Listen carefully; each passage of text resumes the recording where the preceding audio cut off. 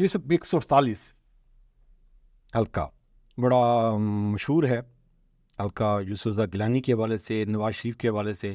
وہ بالکل ایسے ایک تاریخ لکھی گئی ہے کہ جی وہ جب بھی کوئی بھی ڈسکس ہوتی ہے یوسف رضا گیلانی کے حلقے کی تو وہ اس میں یہی آتا ہے کہ جی نواز شریف کو ہرایا تھا وہ والا حلقہ. تو اب اس کنڈیشن میں ایک تو آپ ہمیں یہ بتائیں گے جی اس میں اس وقت جو متوقع امیدوار ہیں وہ اس میں سے کچھ شخصیات خاص ایک تو ان کو آپ انڈیویجولی ڈسکس کریں گے کیونکہ اس میں آپ نے کافی کام کیا ہوا ہے.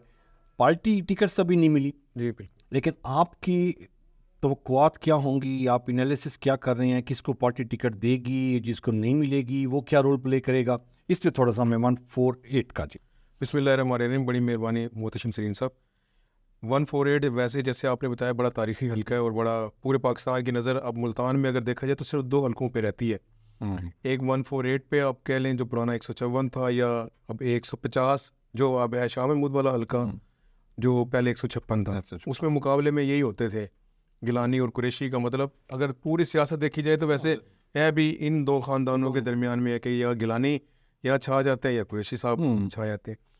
تو 148 میں اگر آپ اس کا تجزیہ دیکھیں نا جی، جو پچھلے الیکشن 2018 کا وہ پی ٹی آئی نے بوسٹ کیا.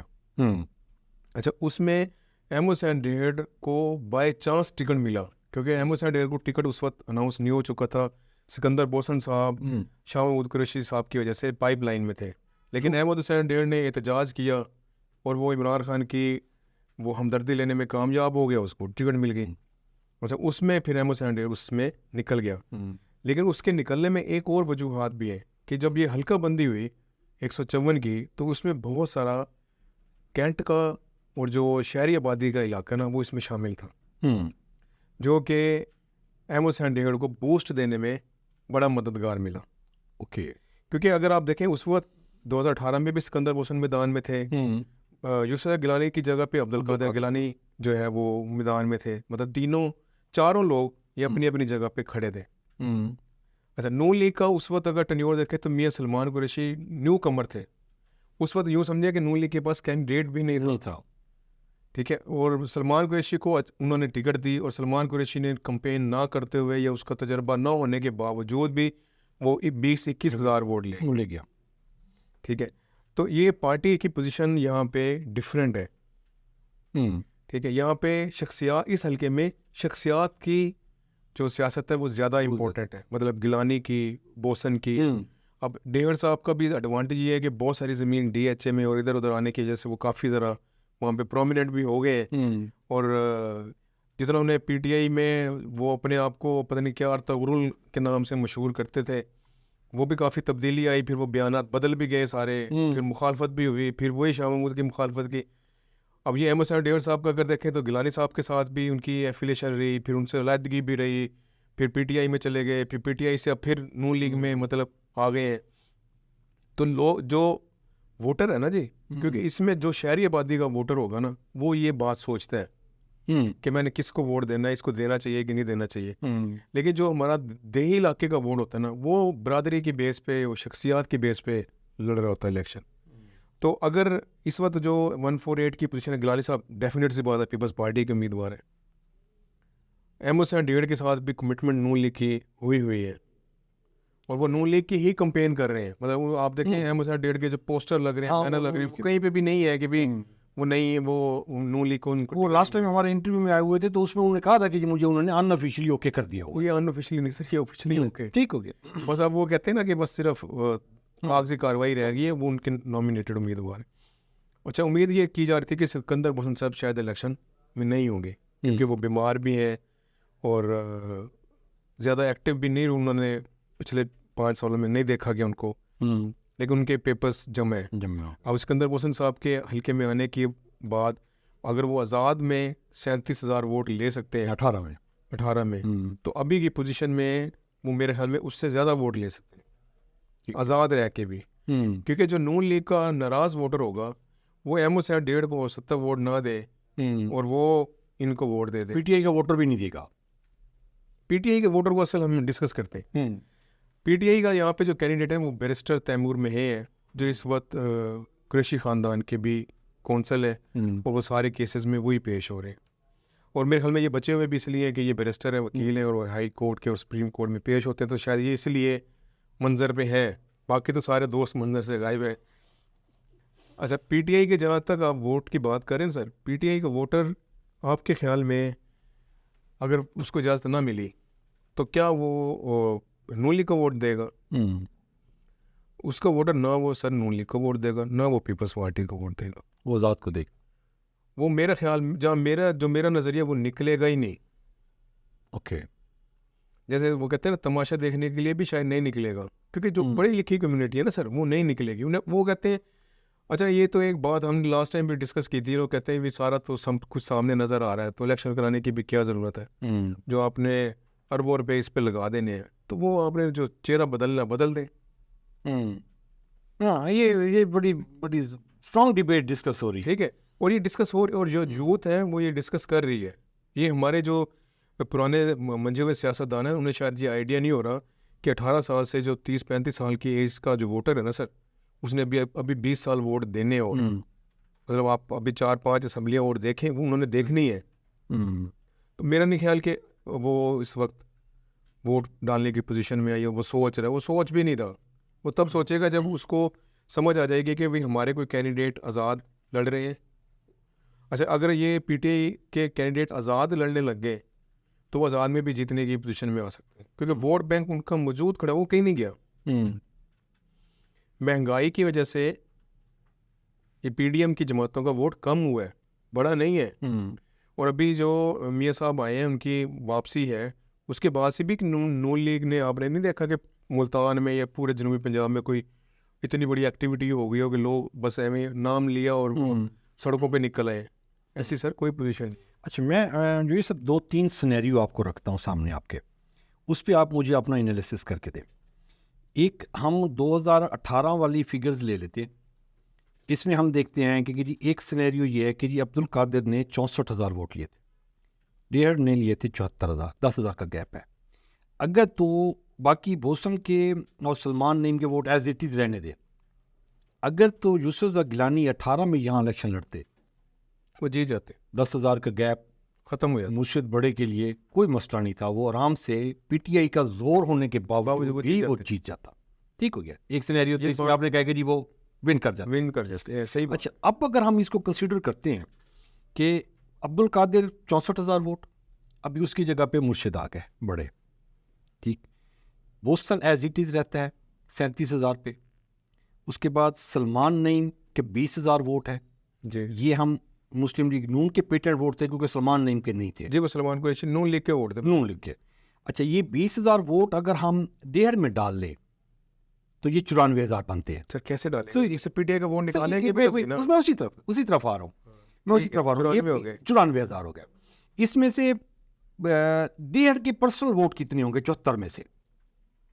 سر میں نے آپ کو پہلے پی ٹی آئی کے نکال ایک عرض کی ہے کہ پیپلز پارٹی کو ووٹ ملا دیہی علاقوں کا, کیونکہ مجھے اچھی طرح خود یاد ہے کہ لال کرتی میں جو یہ پولنگ اسٹیشن تھا نا, تو عبد القادر گیلانی کے صرف 4 ووٹ نکلے تھے, جبکہ یہ احمد صاحب ڈیڑھ کے ہزاروں میں تھے. ٹھیک ہے. اچھا, اب دیکھنا سکندر بوسن کو بھی دیہی علاقے کا ووٹ پڑا, اس کو بھی شہر سے نہیں ملا ہوگا, مطلب جو شہری حلقے کے قریب ہے. گیلانی کو بھی ادھر سے ملا. ٹھیک ہے, سلمان قریشی کو ملا جلا ملا, کہ کہیں شہر سے بھی ملا ہوگا, کہیں شہری حدود سے بھی, ادھر سے بھی. اگر آپ اس میں سے 50% احمد صاحب ڈیڑھ کا نکال دیتے ہیں تو تب دیکھیں نا کیا پوزیشن میں. میں تجزیہ اسی طرف لینا چاہ رہا ہوں میں آپ کا, کہ جی ہم یہ 74,000 میں سے ہم کہتے ہیں کہ یہ 30,000 ہے ڈیڑھ کا اپنا ووٹ, ٹھیک ہے, 30,000 ہے پیپل پارٹی کا, ٹھیک ہے, سوری پی ٹی آئی کا 35,000 ہم کر لیتے ہیں, ہاف آف.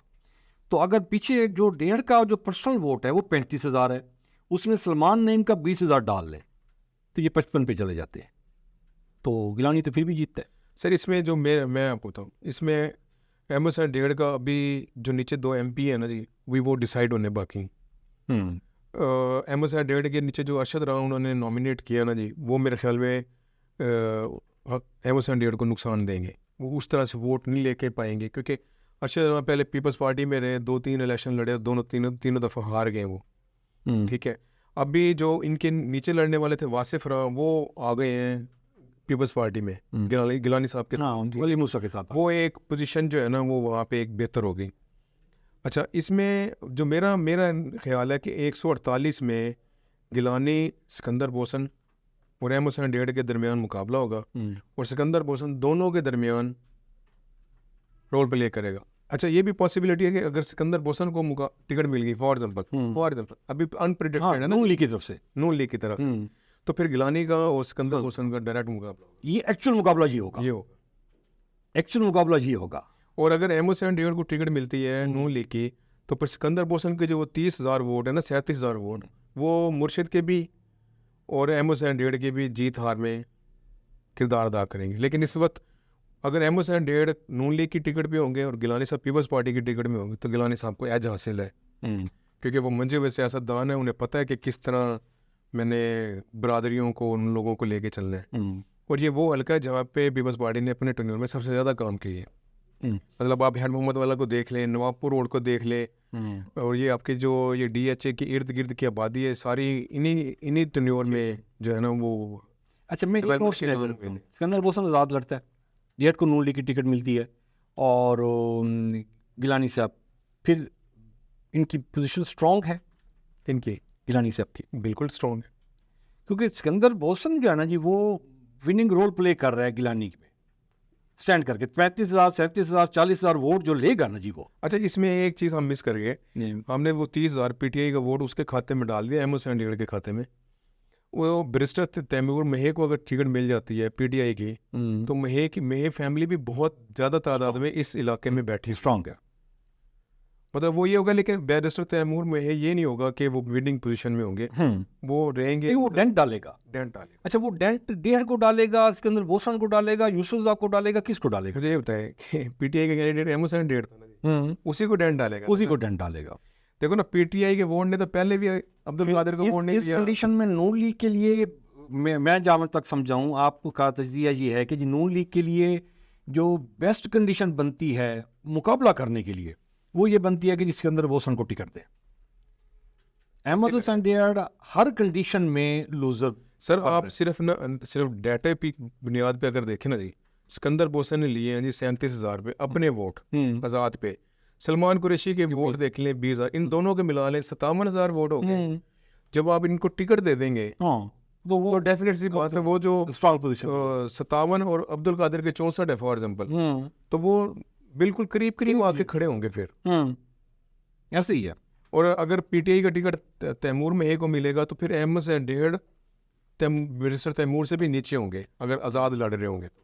اچھا گیلانی کو جو 2 MPA ہیں ان کا ایج ہے، ایک سائڈ پہ علی حیدر گیلانی حیدر ہے، اچھا دوسری سائڈ پہ وہ مدثر شاہ کو، ناظم شاہ کے بیٹے کو دے دی ہے، تو یہ اسٹرانگ کینڈیڈیٹ ہے، یہ سکندر یوسف زاہ کو سپورٹ کر سکے. سر علی حیدر گیلانی تو ایک بہتر کینڈیڈیٹ ہے کیونکہ وہ اپنے علاقے میں کافی مطلب ایم بھی ہے، ان بھی رہا ہے، اور جب سے وہ کڈنیپ ہوئے تھے پھر کڈنیپنگ کے بعد بھی وہ اپنے علاقے میں لوگوں کے ساتھ وہ سوشل ہے، ان کا قادر کی نسبت بہت بہتر ہے.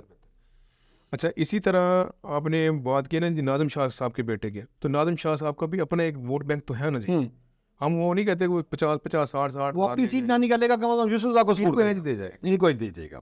اچھا اسی طریقے سے احمد ڈیڑھ کا جو ونگ ہے، ایک سائڈ پہ آپ نے وہ راں کی ڈسکس کیا، دوسری سائڈ پہ وہ اپنے پروگرام میں یہاں پہ احمد حسین ڈیڑھ کہہ رہے تھے کہ جی میری کوشش یہ ہے کہ جی وسیم بادوزئی کا پینل میں لے کے آؤں میں. وہ شہزاد مقبول بھٹے سے بڑا وہ تھا کہ جی یہ ٹھیک نہیں ہے، اور میں نے پارٹی کو بھی بتایا ہے کہ یہ اس کے جو کام ہیں، جو باقی چیزیں لائک قبضہ مافیا اور باقی جتنے بھی کیسز اس پہ چلے ہوئے، تو یہ نہ ہو کینڈیڈیٹ میرے ساتھ. تو اگر وہ پارٹی، وہ کہتے ہیں ابھی تک پارٹی نے کہا کہ ہم اسی کو ٹکٹ دیں گے، اگر وہ شہزاد مقبول بھٹا آ جاتا ہے ادھر سے وہ راں کو لے لیتا ہے، تو یہ دونوں راں کو تو آپ نے کہہ دیا کہ جی وہ اس کو سپورٹ نہیں کر رہا، ڈیڑھ کو ادھر سے یہ بھی سپورٹ نہیں کر رہا. سر دیکھیں اگر شہزاد مقبول بھٹا کو نون لیگ ٹکٹ نہیں دیتی اور وسیم بادوزئی کو اگر ٹکٹ دیتی ہے، وسیم بادوزئی نے تو ابھی تک پریس کانفرنس نہیں کی. ٹھیک ہے، وسیم بادوزئی بھی ابھی آزاد اسی طرح ہی کمپین کر رہے ہیں نا، جیسے خاموشی سے یہ کہیں یا جو بھی کہیں، جیسے عامر ڈوگر کا بھائی لوگوں کو مل رہا ہے، ٹھیک ہے، چھپ چھپا کے جو کمپین چل رہی ہے. میرے خیال میں جو شہزاد مقبول بھٹو ہے وہ اپنے حلقے میں وہ مضبوط کینڈیڈیٹ ہے. مطلب وہاں پہ وہ شہزاد مقبول بھٹو کا اور اس کا مقابلہ ضرور ہو سکتا ہے. کیا نام ہے, مدثر شاہ کا, ناظم شاہ کے بیٹے کا بھی, اور اگر وسیم بادوزئی بھی لڑتے ہیں تو اچھا. لیکن وسیم بادوزئی کو جو نقصان ہوگا اگر وہ اس کو اگر پی ٹی آئی وہاں کوئی اور کینڈیڈیٹ دے دیتی ہے تو پھر وسیم بادوزئی چوتھے نمبر پہ ہوں گے. اوکے, کیونکہ پی ٹی آئی کا ووٹ پھر نہیں پڑے گا ان کو, ووٹ نہیں پڑے گا اس کو. تو یہ ونگز وائز بھی احمد حسن ڈیر ویک ہو رہا ہے. سکندر بوسن ونگز وائز اگر یہ ہے کہ جیسے احمد حسن ڈیر کی اپنی خواہش ہے, اگر وہ کینڈیڈیٹ اگر آ جاتے ہیں تو پھر وہ ویک ہوں گے. ٹھیک ہو گیا. اگر سکندر بوسن بھی آتا ہے تب بھی وہ ویک ہے. سکندر بوسن اگر نون لیگ کی ٹکٹ پہ آتا ہے تب بھی وہ ویک ہے. مطلب اس میں اگر ہم دیکھیں گے تو اس وقت اگر ہم اوور آل اس کو سمرائز کریں تو یوسف رضا گیلانی کی پوزیشن اس حلقے میں بہت اسٹرانگ ہے. جس بھی سینیریو میں پارٹیاں ٹکٹس اپنی اپنی دے دیں, اس کو دے دیں, اس کو دے دیں, ایک کینڈیڈیٹ کو دے دیں, دوسرے کو, تیسرے کو, چوتھے کو, ونگز وائز بھی وہ اسٹرانگ ہے اور پارٹی ٹکٹس وائز بھی جو اپوننٹ کینڈیڈیٹس ہیں اس میں بھی وہ اسٹرانگ ہے. صرف ایک کنڈیشن میں آپ کے تجزیے کے مطابق ٹف ہوگا, اگر مسلم لیگ نون ٹکٹ دے دیتی ہے سکندر بوسن کو, پھر تھوڑا سا ٹف ہو جائے گا یوسف رضا گیلانی کے لیے فائٹ کرنے کے لیے. تو ابھی تک جو اس میں سینیریو ہم دیکھ رہے ہیں, آگے پھر نیکسٹ ویک میں انشاءاللہ تعالیٰ بہت ساری چیزیں اپڈیٹ ہو جائیں گی. پھر اب ٹکٹس وغیرہ کا فائنل ہو جائیں گے تو زیادہ آسان ہو جائے گا. ہاں, ایم پی اے بھی فائنل ہو جائیں گے تو پھر ہم ٹکٹ